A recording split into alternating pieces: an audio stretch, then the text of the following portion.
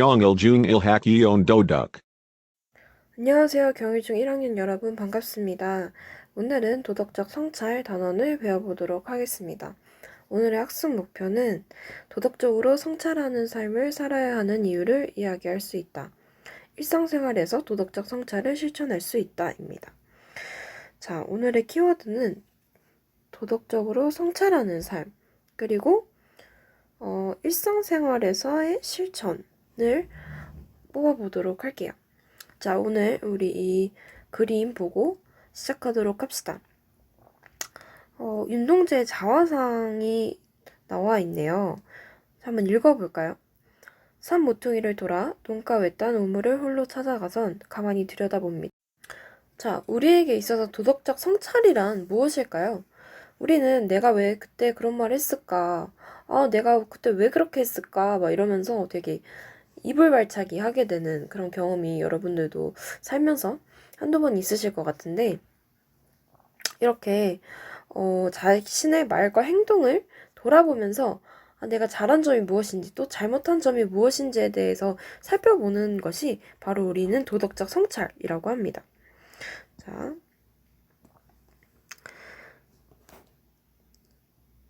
살아가면서 자신이 도덕적으로 잘 살고 있는지에 대해 고민하고 도덕적 관점에서 자신을 반성해보고 바람직한 삶을 살기 위해 자신의 내면과 행동에 잘못함과 부족함이 없는지를 살펴보는 것을 도덕적 성찰이라고 합니다. 우리는 쉽게 잘못된 행동을 할 수도 있고 또 잘못된 말을 할 수도 있어요.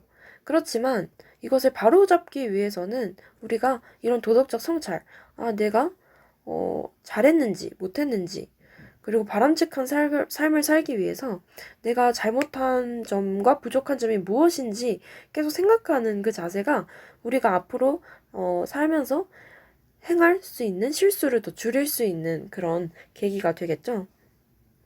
우리는 이렇게 말과 행동을 반성하는 우리 스스로에게 하는 물음을 통해서 자신을 객관적으로 바라볼 수 있고 또 도덕적 관점에서 자신이 어떤 사람인지 알 수 있게 됩니다.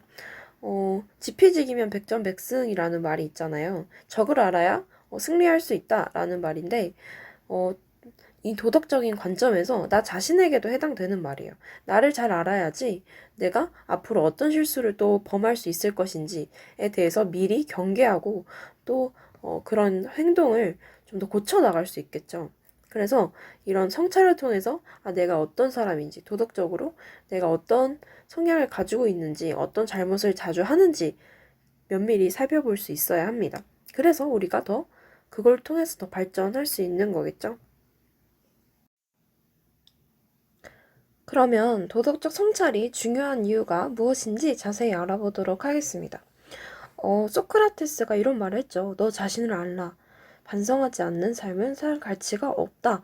라는 말을 통해서 도덕적 성찰이 매우 중요하다는 것을 여러 번 강조했습니다.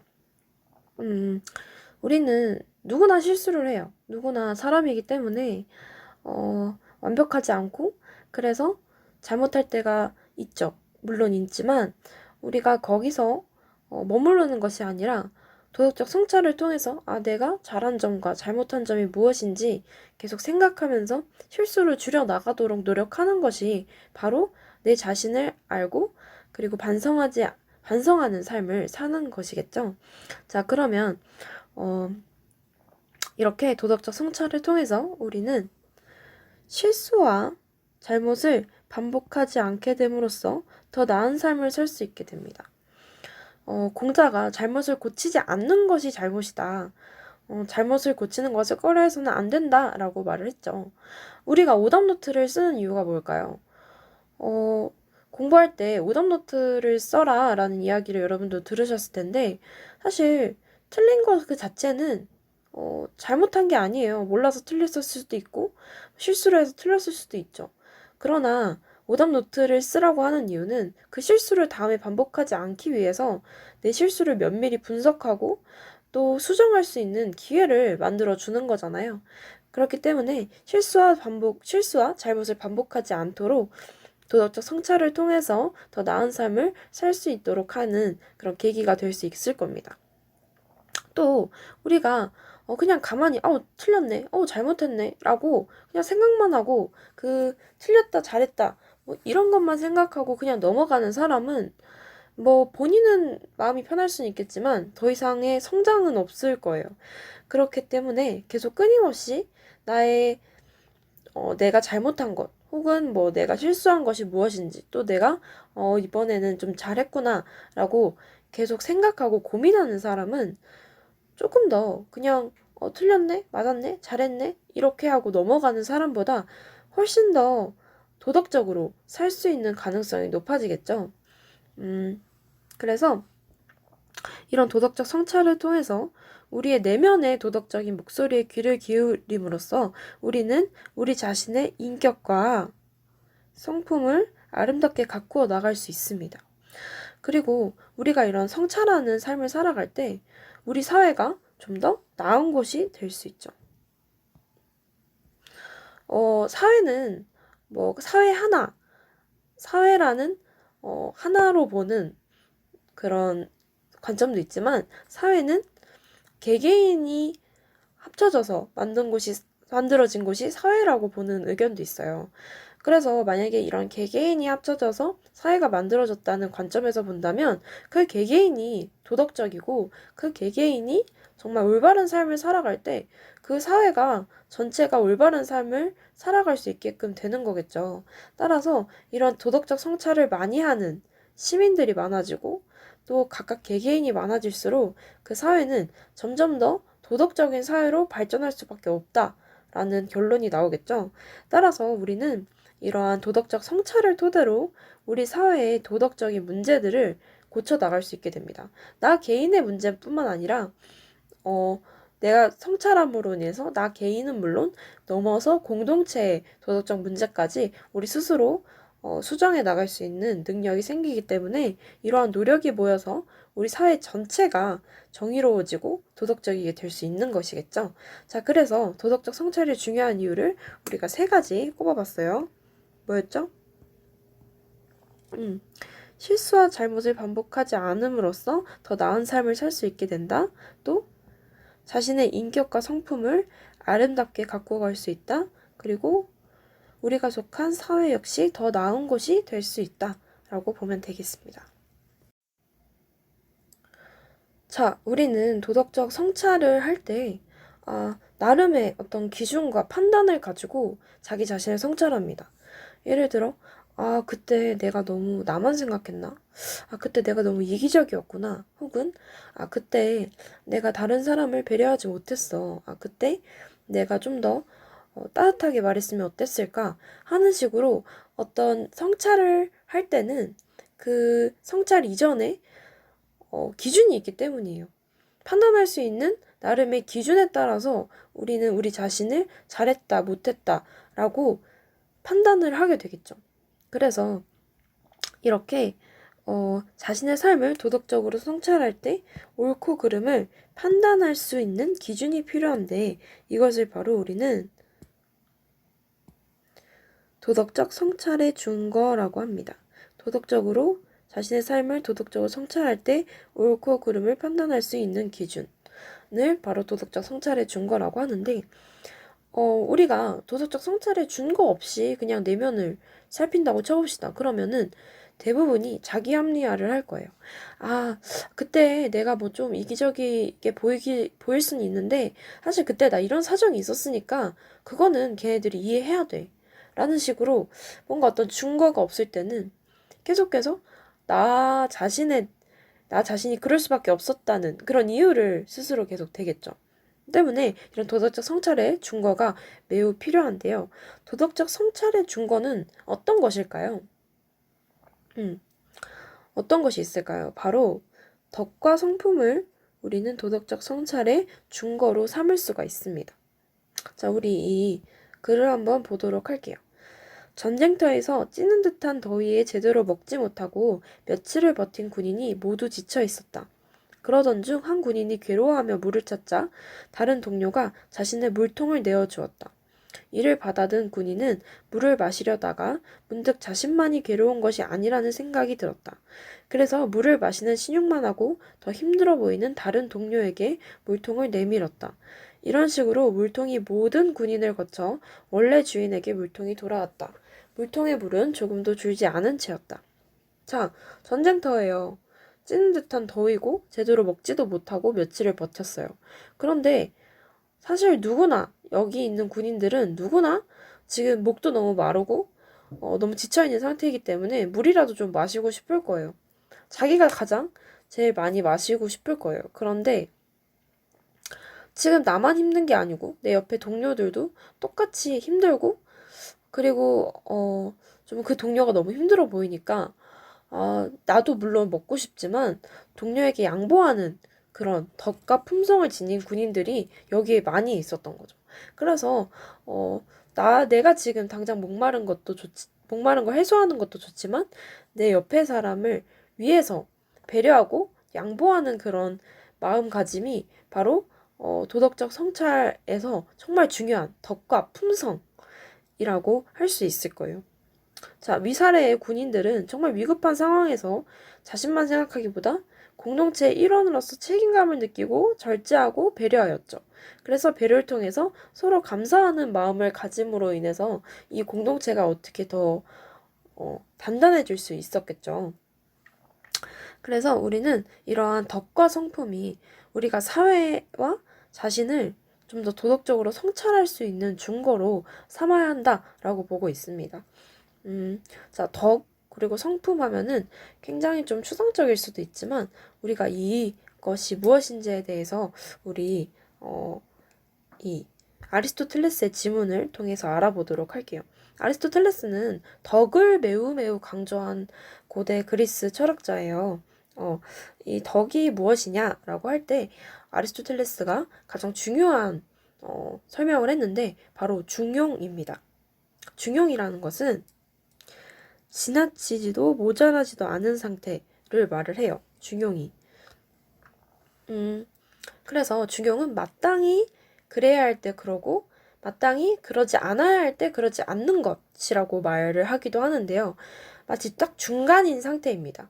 이게 뭐 산술적인 중간이 아니에요. 뭐 3과 5 사이의 4와 같은 그런 중간이 아니라 그 구체적인 상황 속에서 마땅히 해야 할 것을 우리가 판단하여서 그 중간의 것을 선택하는 것인데, 예를 들어서 그냥 뭐든지 미적지근한 태도를 보여라 라는 것이 아니라 예를 들면 지금 마땅히 화가 나야 하는 상황이에요. 정의롭지 못한 것을 봤어요. 그리고 부당한 것을 봤습니다. 그럴 때는 중용이라는 것은 그 정의롭지 못한 것에 대해서 마땅히 화를 내야 되는 거예요. 그래서 그것이 바로 중용이고, 또 이 상황에서는 화를 내서는 안 되는 상황이야. 이 상황에서 내가 잘못한 상황이고, 심지어 그 사람이 위로를 받아야 될 상황이고, 이럴 경우에는 거기에 맞는 마땅한 태도, 바로 중간인 태도가 그 사람을 위로하고 그 사람에게 뭐 잘못을 구하고 하는 그 상황에 맞는 중간의 태도를 말을 합니다. 그래서 이것이 이 중간의 태도, 이 중용의 태도를 갖는 것이 바로 덕에 있어서 매우 중요하고 덕의 거의 90%를 차지하는 내용이라고 볼 수 있는데, 이 글을 한번 읽어보도록 할게요. 어떤 사람이 무슨 일에서나 뒷걸음치며 무슨 일에나 두려워하고 자신이 설 자리를 확고하게 지키지 않는다면 그는 비겁한 자가 될 것이다. 반면에 아무것도 두려워하지 않으며 모든 것을 정면으로 대결하는 사람은 무모한 자가 될 것이다. 따라서 용기는 과도함과 부족함 때문에 파괴되며 중용 때문에 유지된다. 너무 막 어떤 상황에서 너무 내가 막 용기를 가지고 나서지 말아야 될 상황이 있을 수도 있고, 또 이 상황에선 내가 용기를 내야 될 상황이 있을 수 있단 말이에요. 때문에 이 간극을 잘 조절하면서 그 상황에서 가장 맞는 것을 행하는 것이 중용이며, 그것이 바로 덕이라고 봤습니다. 자, 이 앞에서 전쟁터의 사례에서도 보면 누구나 목을 축이고 싶은 그런 상황이고, 또 물은 한정된 양밖에 없는 상황이었죠. 이런 이 상황에서 나 자신뿐만 아니라 다른 사람을 배려하는 그 자세는 바로 이 중용, 덕에 맞는, 그 상황에 맞는 가장 중용적인 자세라고 볼 수 있겠습니다. 따라서 도덕적인 성찰을 하기 위해서는 이런 덕과 성품이 매우 중요하다라고 볼 수 있겠죠. 네, 우리가 덕과 품성이 도덕적 판단의 준거에 있어서 매우 중요하다라고 봤죠. 자, 그러면 우리는 이런 덕과 품성이라고 말을 할 수 있는 이유가 바로 그 이전에 우리에게 보편적인 도덕 원리가 주어져 있고 그것을 우리가 암묵적으로 알고 있기 때문이라고 볼 수도 있어요. 그래서 도덕적 성찰의 준거는 바로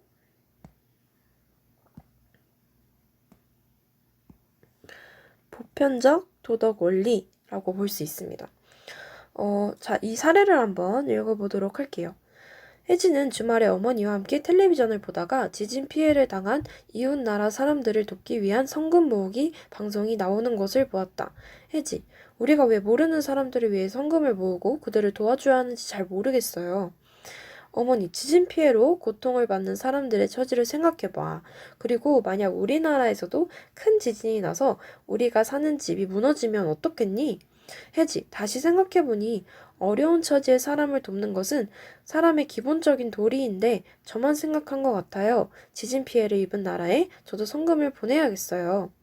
자, 혜지는 처음에는 이 지진 피해 성금을 모으는 것에 대해서 잘 이해가 가지 않는다고 했어요. 왜 지구 반대편에 있는 사람들이 나랑 무슨 상관이 있다고? 내가 저들을 위해서 성금을 보내야지? 이런 생각이 들었을 수 있지만 어머니가 전 지진 피해로 인해서 고통을 받는 사람들의 처지를 생각해 보라고 하고 또 내가 사는 집이 무너지면 어떻겠냐라는 질문을 통해서 정말 지진 피해를 입은 사람들이 상심이 매우 크겠구나. 그런 공감을 하면서 이제 마음이 바뀌었죠. 혜진은 여기서 뭐에 대해서 수긍을 한 걸까요? 바로 어려운 사람을 도와야 한다라는 보편적인 도덕 원리를 중거로 삼아서 성금을 보내주어야 한다라고 생각을 했습니다. 보편적 도덕 원리란 우리의 각자 생각이나 행동이 옳은지 그른지 살펴볼 수 있는 도덕 성찰의 준거가 돼요. 칸트가 말했죠. 칸트는 내가 어떤 행동을 하기 전에 이 행동이 모든 사람에게 보편적으로 적용되었을 때 어떻겠는가를 생각을 해보고 그 보편적으로 적용됐을 때의 결과가 옳지 않으면 하지 않아야 하고 옳으면 해야 된다라고 말을 했어요. 그것은 또 다른 사람에게만 적용되는 것이 아니라 나에게도 적용이 되는 그런 준칙이어야 한다라고 말을 했었죠. 따라서 우리는 보편적 도덕 원리에 따라서 일관되게 행동하려고 노력할 때 올바르게 살아갈 수 있습니다. 일관되게 하려고 노력을 할 때 우리는 타인과 자신 상관없이 계속해서 나를 좀 더 겸손하게 또 나를 나에 대해서 관대해지지 않도록 계속 붙잡아주는 역할을 하겠죠. 그렇게 되다 보면 계속해서 도덕적 성찰의 가능성이 높아지고 또 도덕적인 사람이 될 수 있는 것입니다. 따라서 우리는 도덕적인 인물의 덕과 성품, 보편적 도덕 원리, 도덕적 성찰의 준거를 통해서 내가 어떤 모습인지, 내가 어떤 사람인지에 대해서 계속해서 고민할 수 있게 되고 또 부족한 부분을 채우려고 노력하면서 점점 더 도덕적인 사람으로 가까워질 수 있는 것이겠죠. 자, 우리가 계속해서 도덕적 성찰에 대해서 어떻게 하는지, 그리고 도덕적 성찰에 필요한 것들은 무엇인지 계속 공부를 하고 있는데, 도덕적 성찰이 그러면 어떻게 하면 잘할 수 있는가? 구체적인 방법을 우리 한번 알아보도록 합시다. 자, 구체적인 성찰의 방법을 우리 알아보려면, 우리 선조들이 어떻게 도덕적인 성찰을 했는지 한번 알아보는 것도 좋을 것 같아요. 자, 바로 우리 선조들은 유교에서 성찰의 방법으로 선택한 것이었죠. 바로 경외 자세입니다. 자, 경외 자세는 마음을 다스리고 경건하게 하는 것으로 조용히 자기 내면을 성찰하면서 옳은 일에 집중하는 것이에요. 경외 자세는 성리학, 그리고 유교에서 매우 매우 강조한 자세인데, 이황, 이 등의 등이 저서를 보면은 이 경에 대해서 굉장히 많이 나와 있어요. 그래서 우리 한번 이황의 언행록에 나온 글을 한번 읽어보도록 할게요. 평소에 새벽이면 일어나 반드시 세수하고 머리 빗고 관을 쓰고 옷을 갖춘 다음 종일토록 책을 보았으며 때로는 해가 뜰 때까지 향을 피우고 조용히 앉아서 항상 마음을 가다듬었다. 사실 이런 행동이 어떻게 보면 되게 그냥 가만히 있는? 멍 때리는 것 같은 그런 모습으로 보일 수 있겠죠. 그런데 단순히 멍 때리고 있는 그런 것이 아니라 정말 내 마음이 정말 옳은 것을 향해 있는지, 내 마음이 정말 정의로운 행동을 하기 위한 그런 준비가 되어 있는지에 대해서 스스로 계속 성찰하고 그 고요함 속에서 자기 자신을 바라보는 그런 활동이겠죠. 경의 자세로는 사실 되게 여러 가지가 있어요. 좀 어려운 내용이긴 한데, 마음에 어떤 여러 가지 복잡한 사물들을 다 치워버리고, 마음에 정말 세상에 이치만 남겨둔다라는 그런 내용도 있고, 또 소개를 해드리자면, 여기서 보면 뭐 반드시 세수하고 머리 빗고 관을 쓰고 뭐 이런 외면적인 것을 바르게 하잖아요. 그런 외면적인 어떤 모습을 바르게 해서 내 내면까지 바르게 한다라는 그런 것도 있고, 또 그리고 나의 마음에서 집중해서 항상 깨어있는 자세를 이렇게 유지한다라는 그런 것도 있습니다. 사실 근데 이 세 가지는 조금 어려운 내용이라서 굳이 기억하시지 않아도 되고, 이런 여러 가지 방법 등을 통해서 조용히 자기 내면을 성찰하면서 옳은 일에 집중하려고 하는 그런 마음을 다스리고 경건하게 하려는 경의 자세가 구체적인 도덕적 성찰의 실천 방법으로 있었다라고 알아두시면 되겠습니다. 자, 그리고 두 번째 방법으로는 불교에서 많이 행하던 방법이에요. 바로 참선입니다. 참선이란 조용히 생각하여 마음을 닦는 것으로 참선을 통해서 헛된 욕심을 버리고 마음을 다스리는 것입니다. 참선은 사람이 자신의 맑고 바른 본성을 찾아서 올바르게 살아가기 위한 수양 방법으로 불교에서 제시한 것인데, 불교는 집착, 그리고 욕심을 버려라 라고 계속해서 강조해서 말하는 종교예요. 그래서 우리 마음속에는 사실 굉장히 많은 욕심들이 있어요. 그리고 집착들이 있습니다. 내가 반드시 이걸 해야 해. 그리고 난 반드시 이거를 남들보다 잘해야 돼. 그리고 나는 더 맛있는 거를 먹고 싶어. 더 좋은 옷을 입고 싶고, 더 좋은 차를 타고 싶고, 더 돈을 많이 벌고 싶어. 뭐 이런, 일정 수준의 어떤, 그냥 기본적인 욕망이면 또 모르겠지만 되게 욕심이라고 부를 수 있을 만큼의 집착, 그리고 욕망은 사람의 마음을 갉아먹게 되죠. 사람을 되게 그 안에 사람이 먼저가 되는 것이 아니라 돈이나 다른 그 외면적인 것들이 먼저가 되게 되면서 노예처럼 자신의 마음이 끌려다니게 될 거예요. 따라서 이런 참선을 통해서 나의 마음을 깨끗하게 비우고 또 욕망과 욕심을 버리는 것을 매우 강조합니다. 그래서 이러한 참선을 통해서 선조들은 도덕적인 성찰을 했었죠. 앞서서는 우리가 경외의 자세, 그리고 참선과 같은 선조들이 어떤 도덕적 성찰 방법을 하였는지에 대해서 알아봤어요.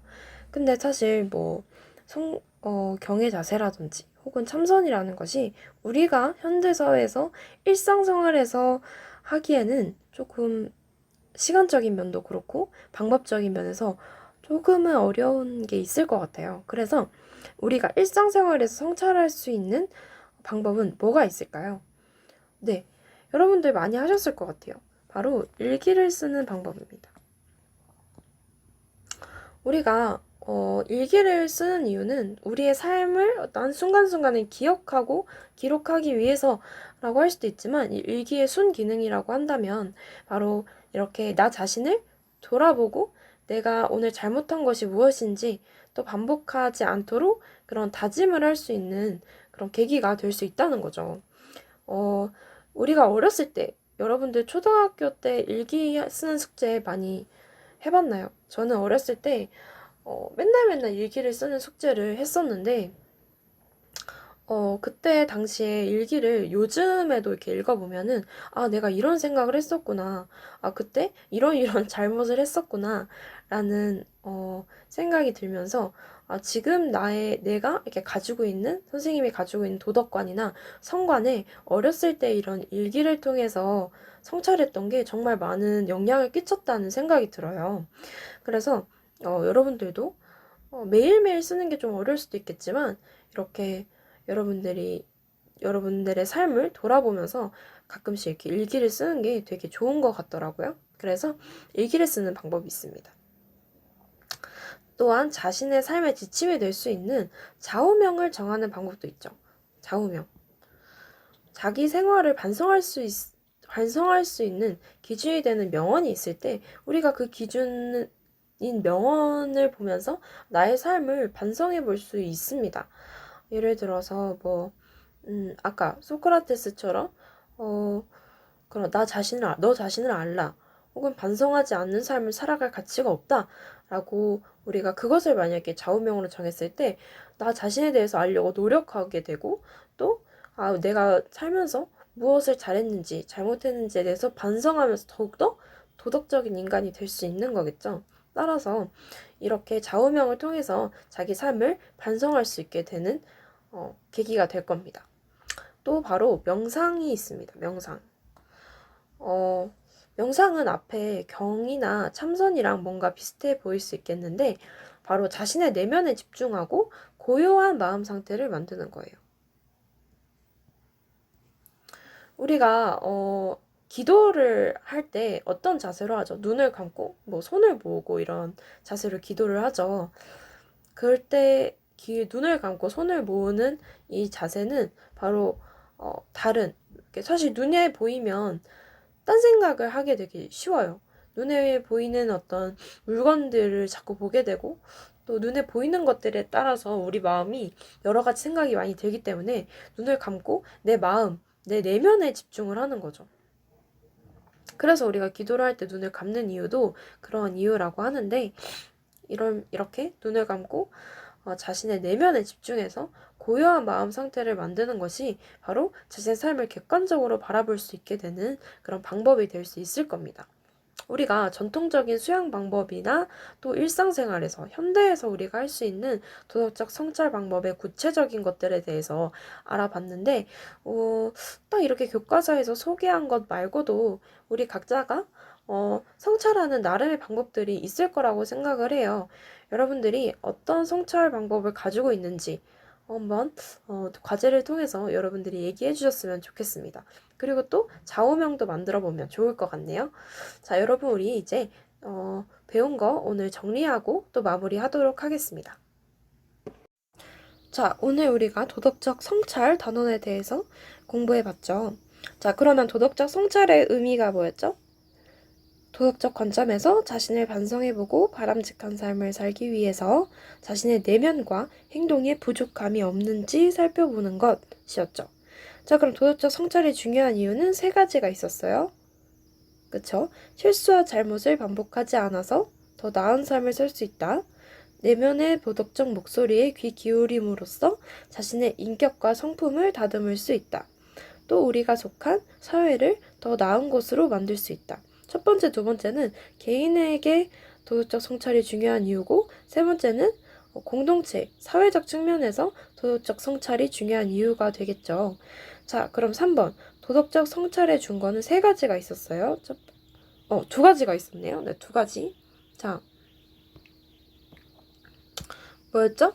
덕과 성품, 그리고 보편적 도덕 원리. 덕과 성품은 어떤 아리스토텔레스의 중용에 따라서 그 상황에 맞춰서 가장 마땅한 상태를 고르는 것, 그리고 그것을 실천하는 것이 바로 덕과 성품이었죠. 그러면 이 덕과 성품을 있게 하는 보편적인 도덕 원리가 있습니다. 보편적인 도덕 원리는 나와 타인, 모든 사람에게 적용되는 보편적인 원리로서 이것을 통해서 우리가 나와 다른 사람의 어떤 차등을 두지 않고 나에 대해서 엄격해질 수 있겠죠. 자, 그러면 도덕적 성찰의 방법으로는 경외 자세가 있고 참선과 같은 어떤 조상님들이 전통적인 수양 방식이 있었죠. 그러면 현대에 와서는 뭐 일기를 쓴다던가 아니면 좌우명 그리고 우리 내면을 집중해서 살펴보는 명상의 과정이 있습니다. 자, 여러분 다 잘 하였고요. 자, 과제 내주는 거 열심히 잘 해주시고 다음 시간에 뵙겠습니다. 여러분 수고하셨습니다.